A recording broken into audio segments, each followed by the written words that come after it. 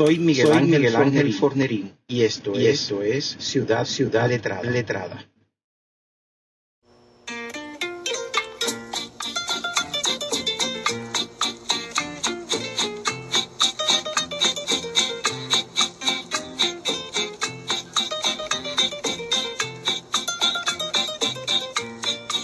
Con tristeza supe la vida que pasa, no sé por qué causa no fuiste feliz. Buenas tardes, amigos de Ciudad Letrada. Nos encontramos con un gran amigo, Darío Tejada, que es un estudioso de la música dominicana, además de un animador cultural que acaba de hacer una gran presentación en su pueblo, San José de Ocoa, del Festival del Sur. Y hace tiempo queríamos hablar con Darío, que empezó su carrera en los estudios etnomusicales con un libro sobre Juan Luis Guerra, la bachata, y luego escribió para la Academia de Ciencias de la República Dominicana un libro sobre la bachata, la pasión danzarina. En estos momentos se encuentra en medio de una investigación doctoral. Ya es un doctorando en el Centro de Estudios Avanzados de Puerto Rico y el Caribe, dirigido por Ángel Quintero Rivera. Así que tenemos mucha esperanza en esa investigación. Buenas tardes, Darío. Bienvenido a Ciudad Letrada. Buenas tardes, distinguido amigo Miguel Ángel Fornerín. Un placer conversar por este medio.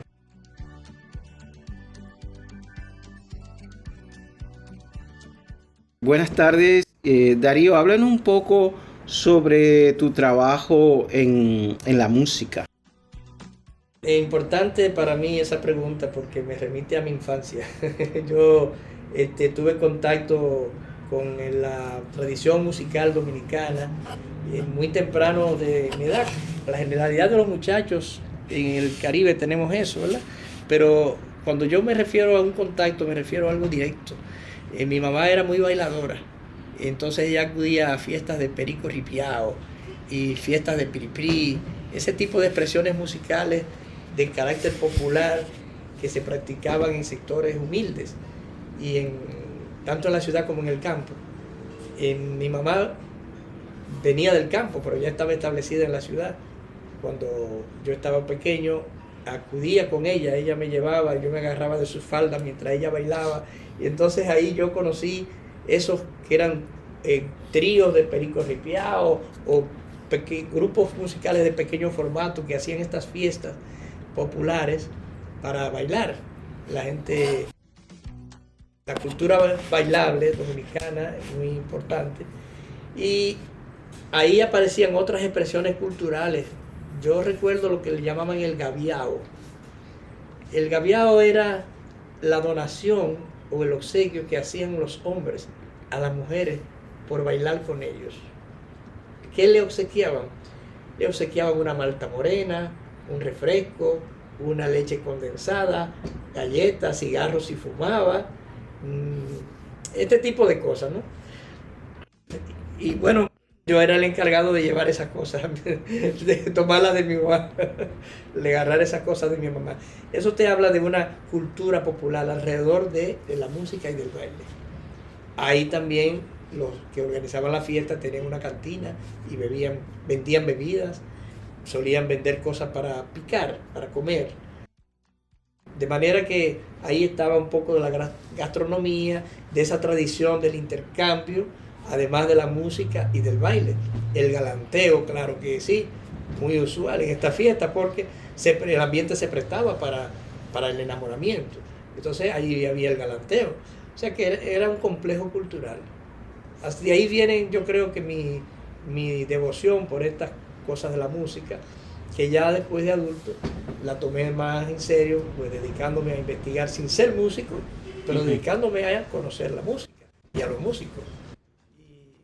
Pues me ha llevado eso a la investigación ya seria sobre el tema de la música del Caribe, que es la que más he investigado, o músicas que aunque no son del Caribe, el Caribe tiene mucho que ver con ellas, como por ejemplo es el jazz o el bolero, estas músicas que no son solamente caribeñas, son más internacionales, pero que el Caribe juega un papel muy importante en ellas.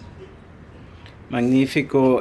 Darío, San José de Ocoa, que al principio tenía un nombre, el Maniel, ¿verdad? Un nombre. Es correcto, el Maniel. Entonces, no sé, tú me corregirás, pero es una zona en que en un momento ya era un espacio negro, pero también en un momento llegan los canarios a esa zona. Y es bien interesante esa confluencia entre los canarios y los negros. Y me gustaría saber si tú has observado ese cruce entre las tradiciones canarias en la música, sobre todo en el baile, y las tradiciones afrocaribeñas que se dieron en esa zona. Realmente son cosas que se produjeron en dos momentos distintos, Sí. en términos históricos, y entonces no se produjo ese cruzamiento cultural. El Maniel es el nombre antiguo de lo que hoy es la provincia de San José de Ocoa, por la razón de que es una zona montañosa y servía como espacio ideal para los esclavos fugitivos guarecerse. De tal manera que esta zona era una zona de libertad. Ese es el concepto en que podemos denominar los manieles. Son espacios de libertad. Para los amos, ellos eran esclavos o personas esclavizadas, pero fugitivos. En ese sentido podían considerarlo como si fueran delincuentes, porque habían huido de sus propietarios. Pero para ellos era su forma de luchar por la libertad. Y se establecían estos espacios donde los amos no pudieran encontrarlos, porque encontrarlos significaba volver a la esclavitud y en todo caso podía implicar incluso la muerte. De tal manera que se guarecían y se protegían en los manieles. El principal o uno de los principales en toda la isla del espacio de cimarronaje, a estos esclavos fugitivos se les llamaba cimarrón. Entonces los espacios de cimarronaje mayormente en la isla estaban en las montañas, y en la zona de San José de Ocoa, actual San José de Ocoa, el nombre que adoptó era el Maniel. No que adoptó, que él se le puso, porque era una guarida de cimarrones, y los manieles eran eso, el lugar donde se establecían los cimarrones, es decir, esclavos que huían hacia la libertad. El nombre todavía se usa mucho en Ocoa, el Maniel. Te puedes encontrar negocios que se llaman el Maniel, te puedes encontrar gente que todavía habla del Maniel, nombres de compañías, documentos que todavía yo soy del Maniel, pero ese era el nombre antiguo hasta mediados del siglo XIX, cuando oficialmente se le cambió el nombre primero a San José, que era el nombre del valle. O sea, se le asignó ese nombre al valle, que es donde está actualmente la ciudad. Y luego de Ocoa por el río Ocoa, que es un nombre que viene de los indios, ¿no? De tal manera que Ocoa, hoy lo que es Ocoa fue el Maniel, hasta 1858 oficialmente, que es cuando se le cambia el nombre. Entonces, quiere decir que Ocoa tuvo, digamos que más de un siglo, siendo ese espacio de cimarronaje.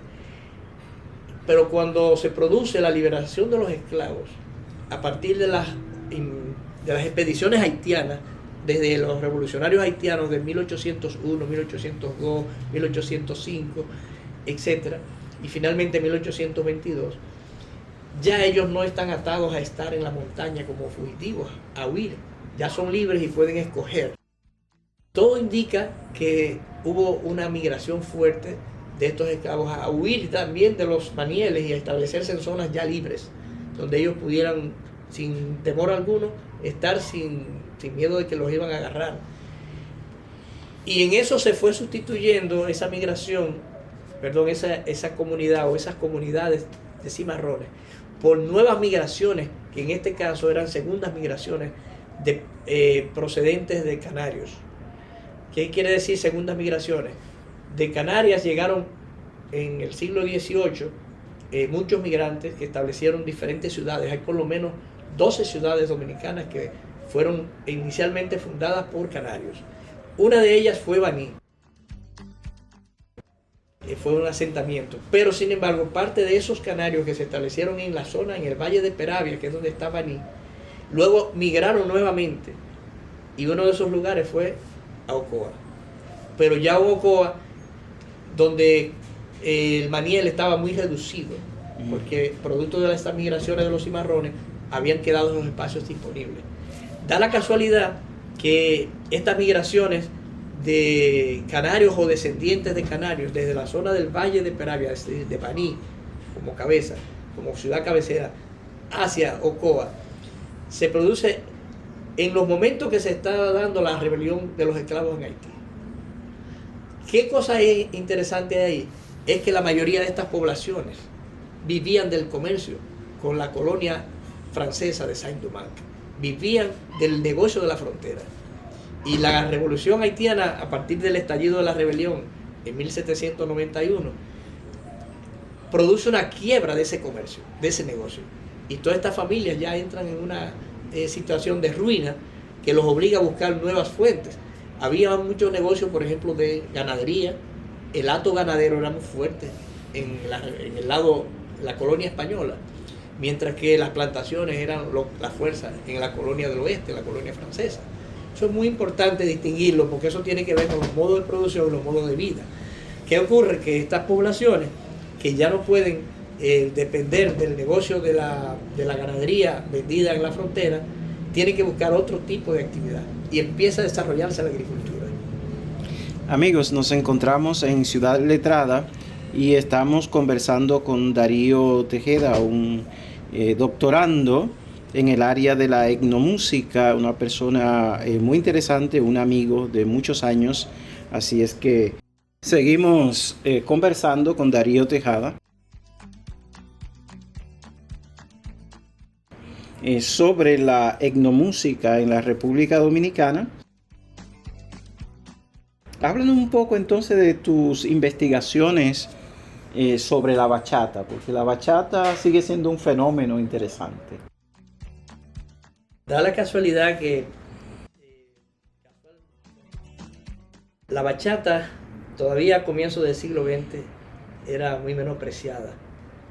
Por ejemplo, recuerdo algunos merengueros muy reconocidos que decían que la bachata jamás triunfará o que jamás va a desplazar al merengue.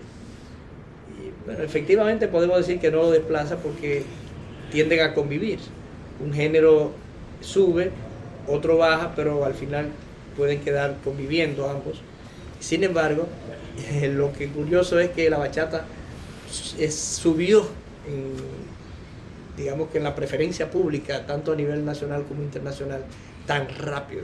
Cuando al merengue eso le costó décadas, muchas décadas. A la bachata le costó apenas algunos lustros. Y desde los 90 hasta 2000, hasta la tercera década que estamos en este momento, 2023, o sea que ni siquiera está la tercera década completa del siglo XXI, ha sido un cambio extraordinario. No solamente que ha desplazado de la preferencia en el baile en la República Dominicana al merengue, sino que lo ha desplazado en muchos escenarios a nivel internacional. Pero eso es refiriéndolo a la música dominicana. Si nos colocamos frente a la música caribeña en general, no puedes comparar el nivel de audición que tiene ahora la bachata con otros géneros que fueron antes los reyes de la música en el mundo. El nivel de audición, por ejemplo, del bolero no se compara con el que tiene la bachata, ni tampoco lo tiene el son, así como el merengue, ¿verdad? Pero también, si te ubicas con un género tan significativo como fue la salsa, tampoco. Entonces, en la escena internacional, la bachata ha venido a ser la nueva representación musical del Caribe. Cuando digo la nueva, me refiero en términos de ocupar el principal lugar en el escenario. No que haya desplazado a los otros, ni nada por el estilo, sino a ocupar el lugar central. Muy importante esta parte de la bachata y el Caribe. ¿Cómo se integran los ritmos caribeños puertorriqueño, cubano, en la bachata? La propia bachata es heredera de varias tradiciones musicales caribeñas. Yo diría que es producto o resultado de un segundo movimiento de sincretismo musical. ¿A qué me refiero? Tanto el bolero como el son, la guaracha, son géneros que son sincréticos en sí mismos. Es la criollización de la música que mezcla la tradición europea con la tradición africana a través de la instrumentación y de los movimientos del baile y demás. Pero la bachata a su vez es el resultado de estos otros movimientos ya de esta música criolla, que era el bolero, que era el son, que era la guaracha. La bachata es un resultado de esos que ya fueron a su vez producto de otro movimiento. Entonces es una segunda generación de sincretismo musical en este caso. La bachata surge como un resultado de la mezcla del son, el bolero, la guaracha, incluso de la ranchera mexicana. Y del trío puertorriqueño. Y la música, el seis puertorriqueño, El seis. que era muy popular en los años 50 en la República Dominicana, desde los años 40. Es interesante lo del 6, porque tú me corregirás, pero el 6 viene de la tradición canaria. Correcto. Y entonces hay canarios en República Dominicana, es decir, que es un retorno de esa música, de ese ritmo canario a través de un grupo que es el que lo privilegia, que es el grupo puertorriqueño, ¿no? Bueno, eso te remite al protagonismo de la música de cuerdas en el Caribe. La bachata es inicialmente música de cuerdas vinculada con percusión, pero es básicamente música, o sea, la parte principal, musicalmente hablando, son las cuerdas, igual que lo es en el son, e igual que lo es en el 6. O sea, toda esta música de cuerdas, de la que los canarios fueron los portadores, y las expresiones orales de esta música, es decir, el canto, es lo que hereda la bachata. Hay expresiones del 6 y de los practicantes o portadores del 6 de los años 40 y 50 muy presentes en la República Dominicana a través de tres vías principales. Uno, a través de la radio. Dos, a través del disco. Y tres, a través de presentaciones directas, porque muchos de ellos o algunos de ellos fueron a la República Dominicana y se presentaron en emisoras, es decir, había giras, se proclamaban giras, igual que de Cuba. Por ejemplo, la primera salida del trío Matamoros de Cuba fue hacia Santo Domingo. 1930. Igual que fue también la última. A nivel internacional, el trío Matamoros nació en República Dominicana y murió, digo así, ¿verdad?, en términos de presencia física, de que estuvieran protagonizando giras. Empezaron con su primera gira allá y la última que hicieron también fue allá. Entonces, el resumen es que tenemos el protagonismo de la música de cuerdas como eje central de todas estas músicas en las que la bachata es heredera de ellas. Tú también me dijiste, en esta conversación ha dicho, ¿no?, el asunto del baile, que yo he estado observando últimamente en la bachata. Existen distintas formas de bailar la bachata de acuerdo a las regiones de la República Dominicana. No he observado por regiones esa diferencia, más bien lo he observado por estilos de la propia bachata. Han surgido diferentes estilos, musicalmente hablando, de la bachata, y eso ha generado a su vez diferentes estilos de baile. Muchas veces esos estilos han surgido los músicos respondiendo al baile, no al revés. No es que el baile ha respondido a la música, a veces son los músicos que responden al baile. Cuando están en la escena, el bailador, si coge gusto y se acelera, el músico acelera y entonces eso produce una aceleración musical. Eso es muy africano, ¿no? No me atrevo a decir si es africano, pero la relación, el diálogo entre la música y el baile sí. Esa cuestión de que el bailador influye en el músico, ajá, sí, eso sí tiene mucho de africano, de la africanía, mucho de la tradición africana. Igual que se expresa, por ejemplo, aquí en Puerto Rico, en la bomba. En la bomba. Es el bailador es el guía del músico, si se puede decir así. Y esas formas distintas, esos estilos, ¿hay una clasificación de estilos dentro de la bachata? No ha habido un estudio tan detallado todavía sobre eso, pero yo particularmente pude hacer una primera clasificación entre la bachata y lo que yo he llamado la neobachata. Esa es una primera clasificación muy genérica, por cierto, para diferenciar la bachata tradicional que se conoció y que todavía, claro, está presente en la cultura musical dominicana, de una nueva forma de ejecutar, de componer, de cantar la bachata que surgió a mediados de los años 80. La primera bachata, no sé, me corregirás, Mélida Rodríguez, hay uno de apellido Paniagua, Leonardo Paniagua, Radio Guarachita, un poco sería no, ese contexto, ¿no? Sí, Radio Guarachita fue el medio por excelencia de la bachata tradicional. De estos que, como Luis Segura, que acaba de ganar el gran soberano en los premios soberanos en el país. José Manuel Calderón y para mí, el primero que masificó la bachata.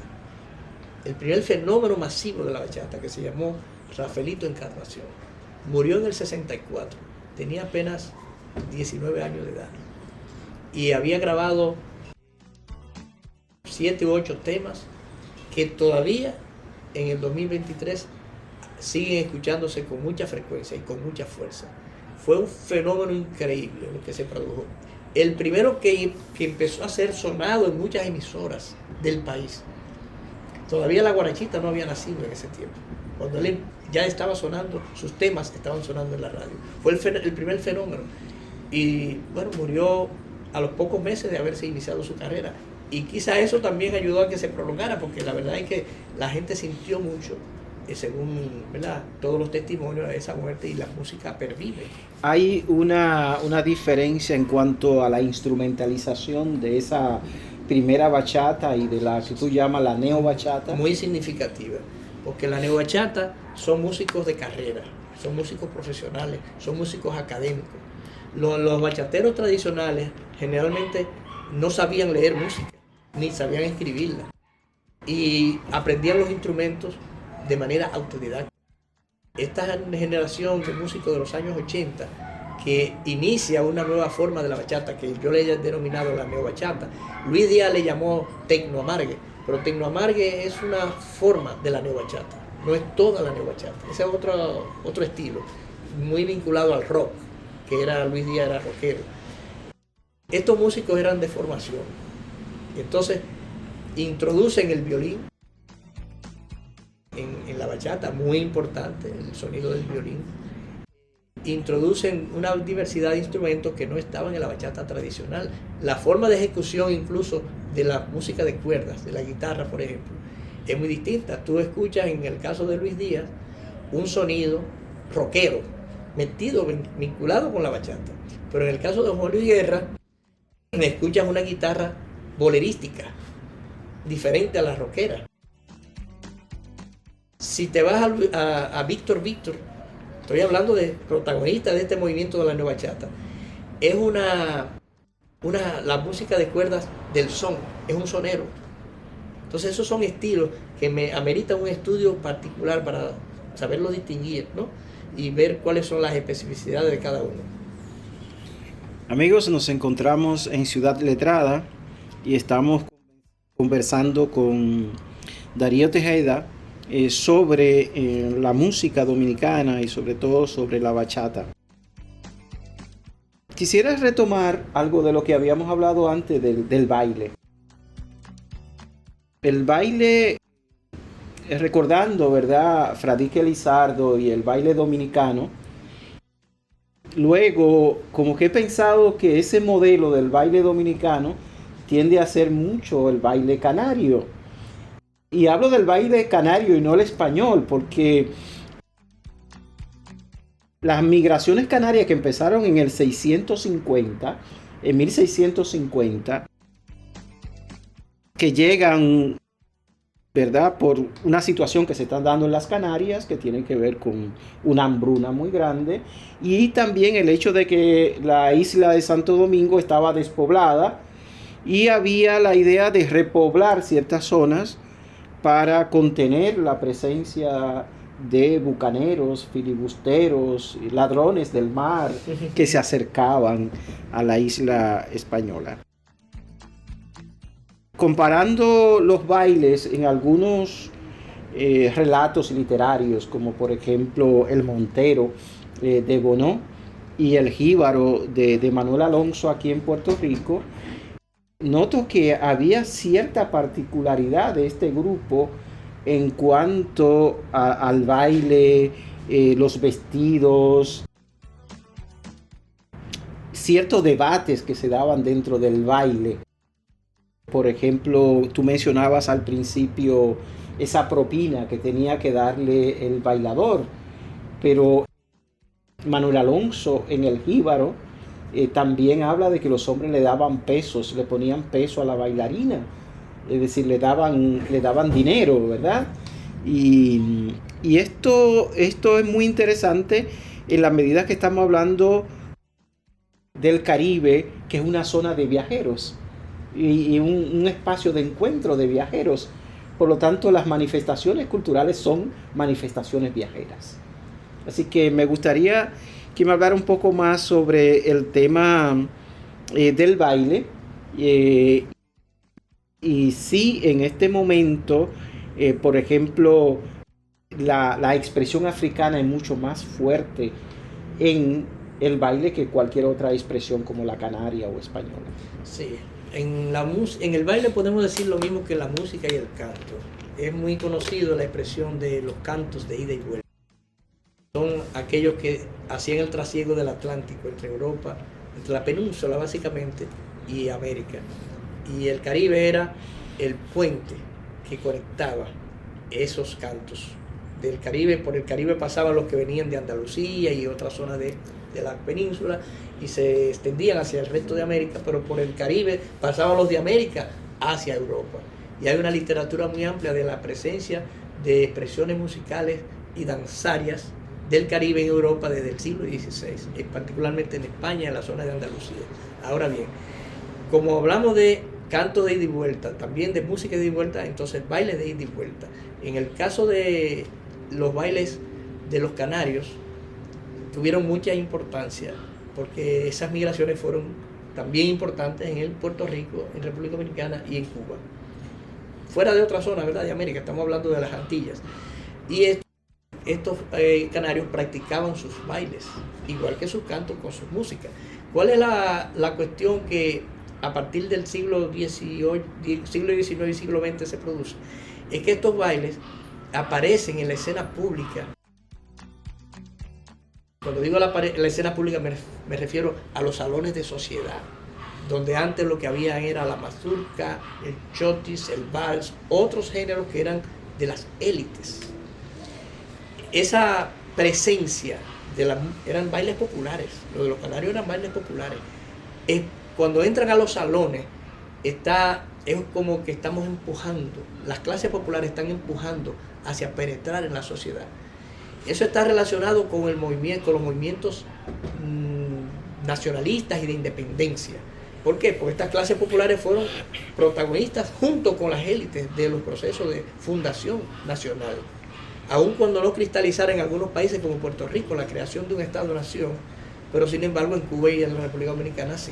Y de hecho la República Dominicana fue la que en estas tres Antillas inició el proceso de creación nacional a partir de 1821.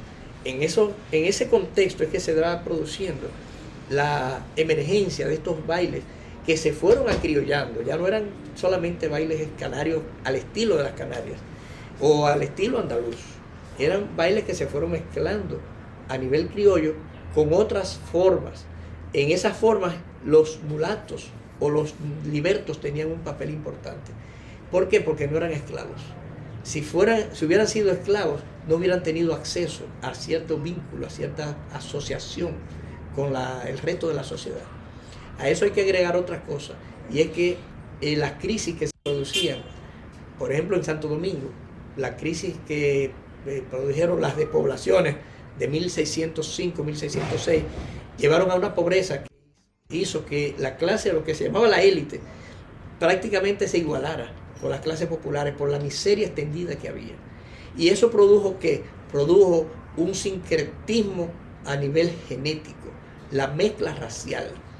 Ya a finales de ese mismo siglo XVII predominaban los mulatos y la mayoría de la población en Santo Domingo ya no era esclava, era población libre, junto con, bueno, tanto los amos como los antiguos esclavos o sus descendientes que eran libres. ¿Pero por qué? Porque muchos eran hijos de los amos que se habían mezclado con las esclavas y produjeron esa sociedad mulata que actualmente es la República Dominicana, y eso facilitó que los bailes de estos grupos sociales pudieran tener presencia pública.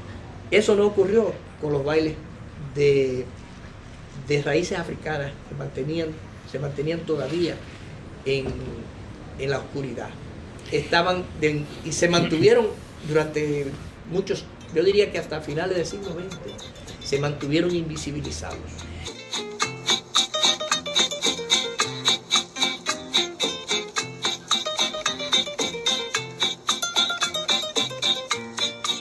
Con tristeza supe la vida que pasa, no sé por qué causa no fuiste feliz. Como yo en la vida, nadie te has querido, yo siempre he vivido pendiente de ti.